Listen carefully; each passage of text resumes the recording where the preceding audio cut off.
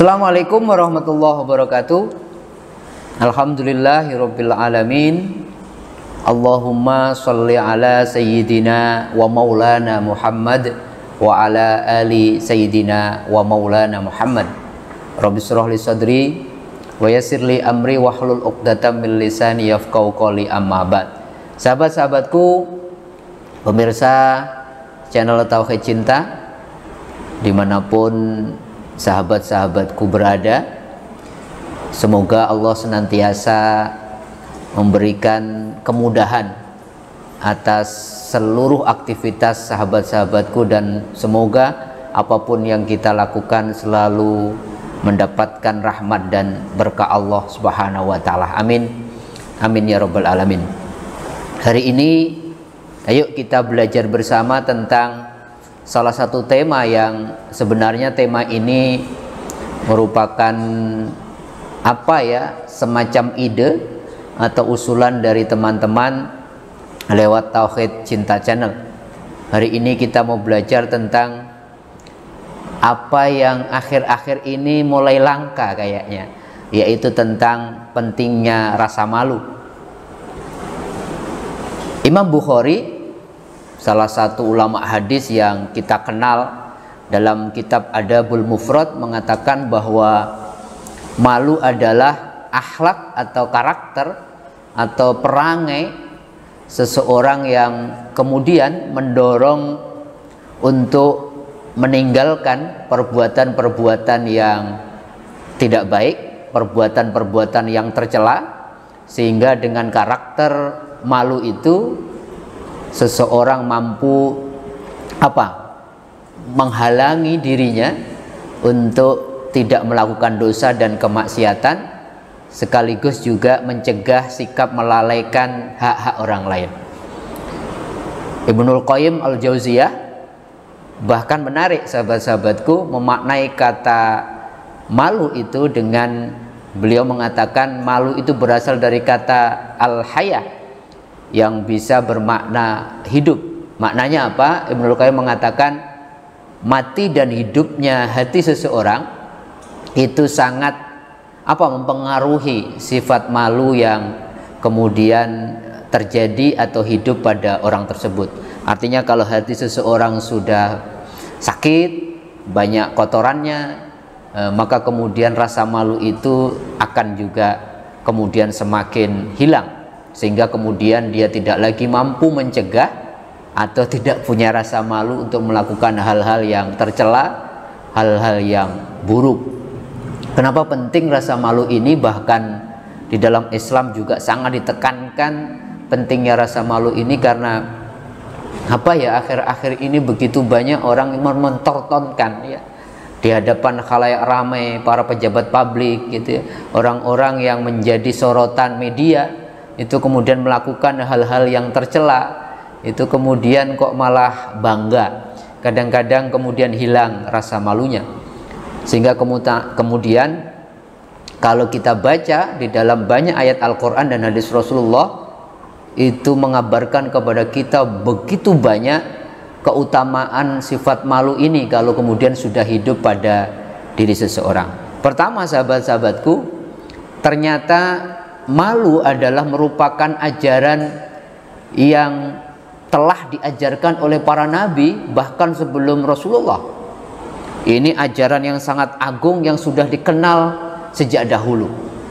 Rasulullah mengatakan dalam riwayat Bukhari, inna mimma adrokal kalam inna mimma adrokan nas min kalamin nubuwah al-ula, sesungguhnya satu ajaran yang telah dikenal dari ajaran para nabi yang awal-awal sejak dahulu, salah satunya adalah idlam tastahi fasna ma syi'ta.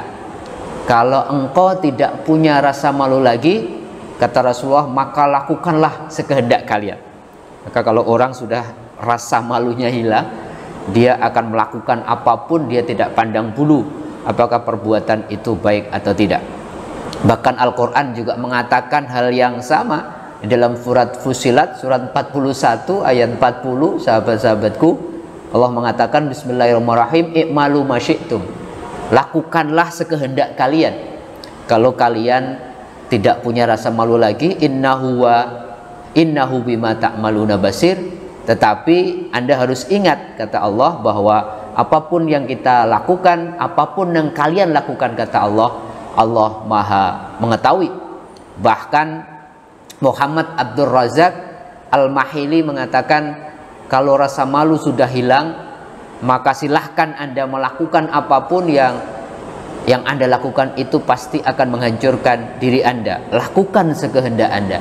Maka artinya apa? Kalau rasa malu masih ada di dalam diri kita, insya Allah itu menjadi apa? Menjadi rem, menjadikan kita mampu menahan diri ketika mau melakukan sesuatu yang tidak baik atau yang tercela. Yang kedua, sahabat-sahabatku, orang kalau masih punya rasa malu, kata Kanjeng Nabi, al-haya'u la ya'ti illa bi khair.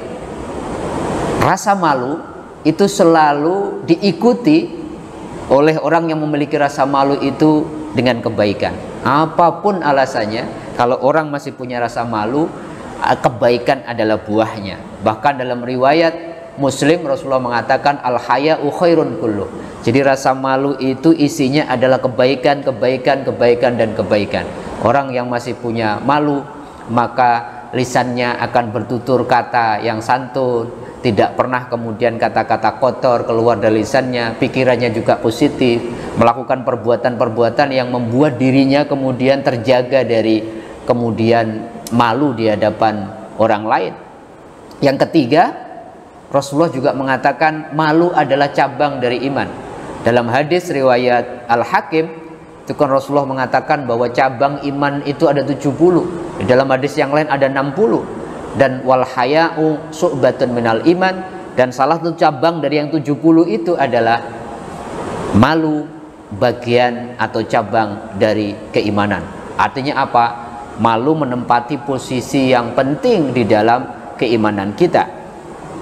Bahkan kemudian kalau seseorang punya rasa malu, berarti imannya, tandanya masih ada pada orang itu.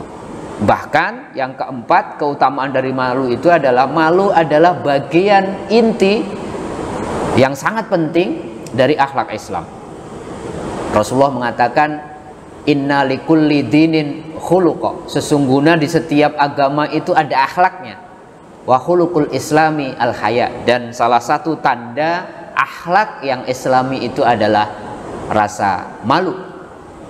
Maka kemudian mari kita kalau mengaku muslim, maka tunjukkan salah satu akhlak yang paling penting atau salah satu yang penting di dalam Islam, yaitu rasa malu. Yang kelima, malu itu akan mencegah dari orang yang punya rasa malu perbuatan yang tercela, perbuatan yang maksiat, perbuatan yang melanggar aturan-aturan Allah. Maka kemudian Rasulullah dalam riwayat Bukhari Muslim mengatakan, kullu ummati mu'afa. Seluruh umatku itu akan dimaafkan oleh Allah, kata Rasulullah, illal mujahirin, kecuali orang-orang yang tidak punya rasa malu lagi, dia melakukan kejahatan, melakukan sesuatu yang tercela terang-terangan. Hadis itu kemudian dilanjutkan dengan kata-kata orang yang melakukan kejahatan dan pada malam hari tidak ada yang tahu, besoknya malah diceritakan kepada semua orang, saya telah melakukan A, saya telah melakukan B, sehingga mujahirin, mereka malah berterus terang, tidak ada rasa malu lagi melakukan perbuatan yang tercela tersebut. Bahkan yang keenam, Rasulullah mengatakan malu itu selalu bergandengan tangan, beriringan dengan iman. Artinya apa? Intinya bahwa antara iman dan malu itu selalu jalan bareng. Fa idza rufi'a ahaduhuma rufi'a al-akhar.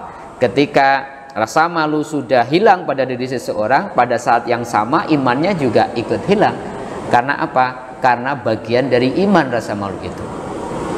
Dan yang luar biasa, kalau orang di dalam kehidupannya rasa malu selalu hidup, maka kemudian akan menghantarkan orang tersebut ke dalam surga Allah. Al-haya'u minal iman wal imanu fil jannah. Kata Rasulullah, malu itu bagian dari iman dan iman itu tempatnya di surga. Artinya apa? Kalau orang punya rasa malu sehingga dia mampu mencegah dirinya dari melakukan perbuatan-perbuatan yang tercela, maka akan menghantarkan jadi tiket surga buat orang tersebut. Karena betapa pentingnya, keutamaan, urgensi rasa malu ini, Rasulullah pun ternyata merupakan pribadi yang syadidul haya. Dalam Al-Barjanj itu disebutkan Rasulullah itu syadidul haya. Jadi malunya itu apa ya? Rasulullah itu orang yang pribadi yang betul-betul punya rasa malu yang luar biasa. Bahkan Al-Quran dalam surat Al-Ahzab surat 33, sahabat-sahabatku, ayat 53 itu menganjurkan kepada para sahabat kalau diundang datang ke rumah Rasulullah itu kalau sudah makan selesai segera pulang.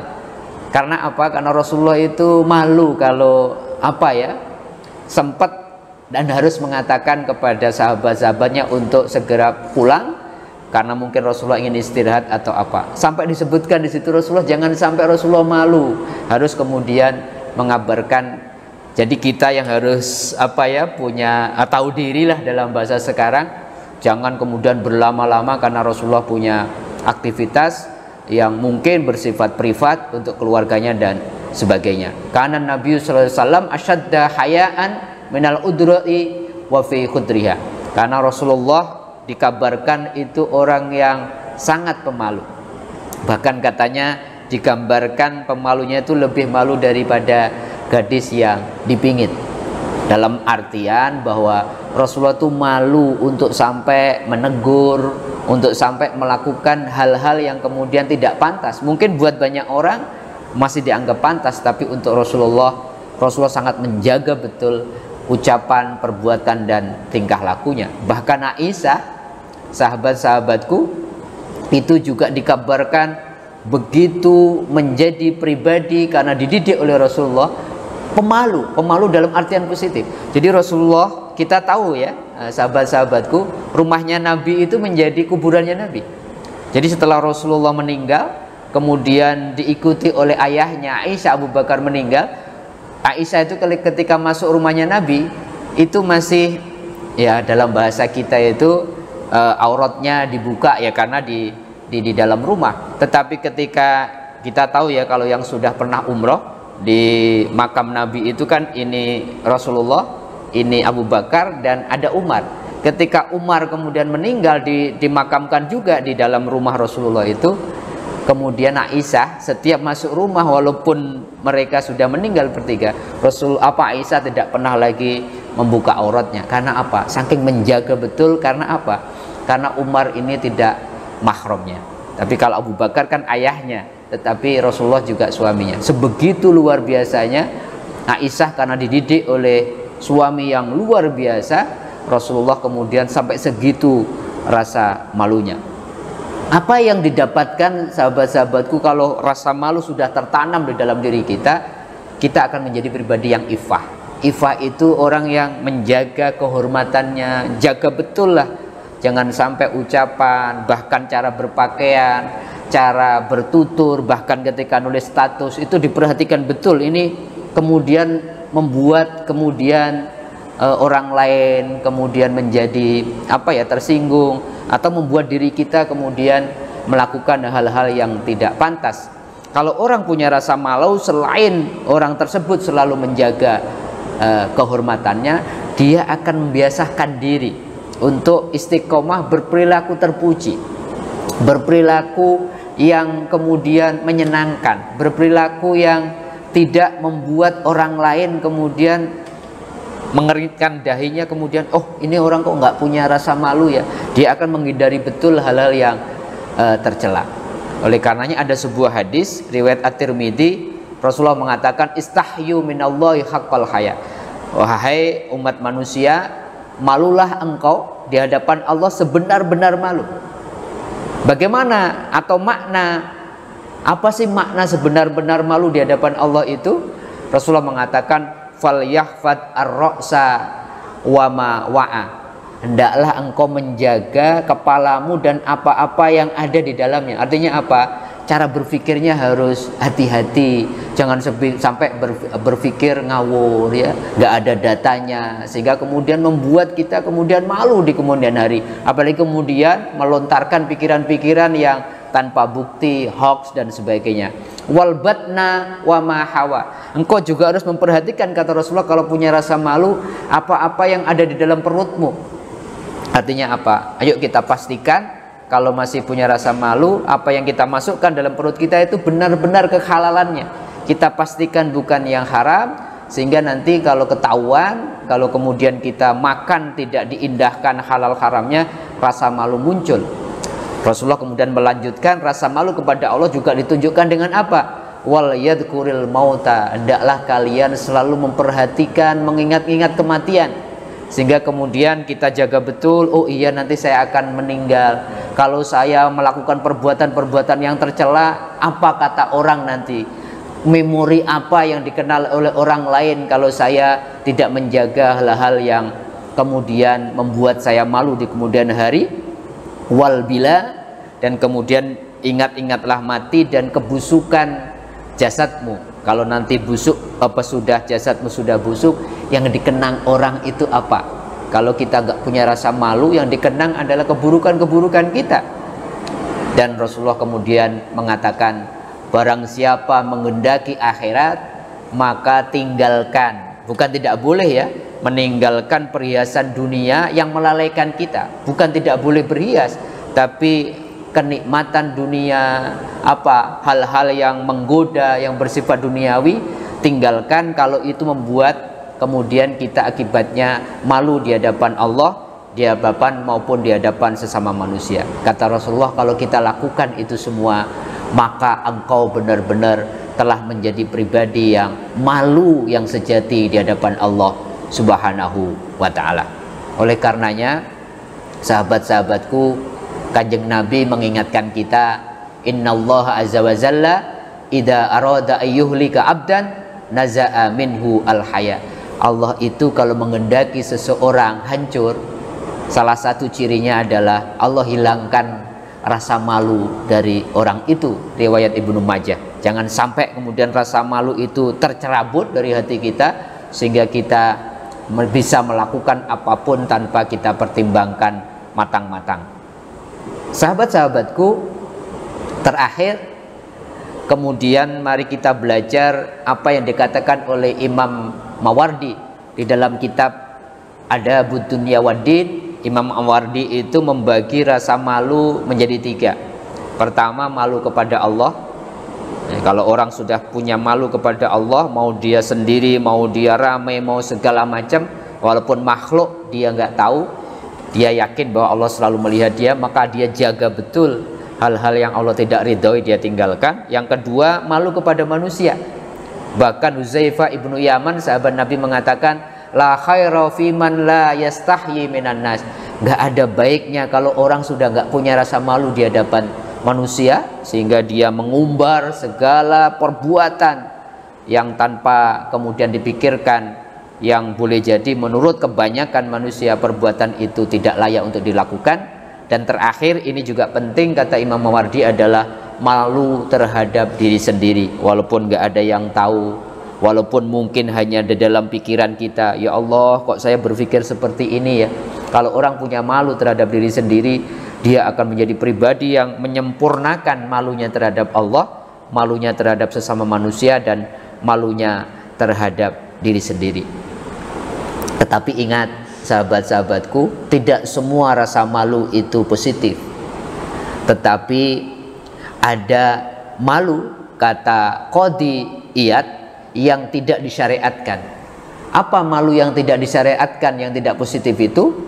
Yaitu malu yang menyebabkan seseorang menyia-nyiakan ya hal-hal yang positif, melakukan perbuatan-perbuatan yang kemudian menjadikan dia menjadi pribadi yang tidak baik. Misalkan kita malu menuntut ilmu, itu tidak positif. Malu misalkan bagi yang belum bisa baca Al-Quran untuk belajar walaupun sudah tua gitu ya. Malu untuk mencari nafkah yang halal walaupun dianggap orang remeh, tapi ini halal, orang saya malu Jadi ini hal-hal yang bahkan kita amar ma'ruf nahi mungkar, malu, menyampaikan pendapat yang positif malu, itu bukan malu yang disyariatkan menurut qadhiyat. Malu seperti ini yang tidak dikehendaki di dalam agama kita. Itulah sahabat-sahabatku pembicaraan kita, diskusi kita, belajar bersama kita hari ini tentang pentingnya rasa malu di dalam Islam, yang tadi saya sampaikan ada begitu banyak kemuliaan dan keutamaan. Mudah-mudahan Allah senantiasa masih menancapkan rasa malu di dalam sanubari kita, sehingga kita menjadi pribadi yang mampu menahan diri untuk tidak melakukan perbuatan-perbuatan buruk dan perbuatan tercela, sehingga kemudian kemuliaan Allah lah yang di hadapan Allah lah yang kita dapatkan. Semoga ada manfaatnya kajian kita hari ini. Tidak lupa saya ingin sampaikan, kalau ada sahabat-sahabatku yang menginginkan kajian kita membahas tema-tema yang mungkin belum sempat kita kaji, nanti monggo disarankan aja, ditulis di channel Tauhid Cinta, sehingga kemudian tim Tauhid Cinta akan membahas di episode mendatang. Terima kasih atas selalu mendukung channel Tauhid Cinta. Semoga channel ini bisa memberikan rahmat, memberikan kemanfaatan buat kita semua. Semoga ada manfaatnya. Kurang lebihnya mohon maaf. Sampai ketemu lagi. Assalamualaikum warahmatullahi wabarakatuh.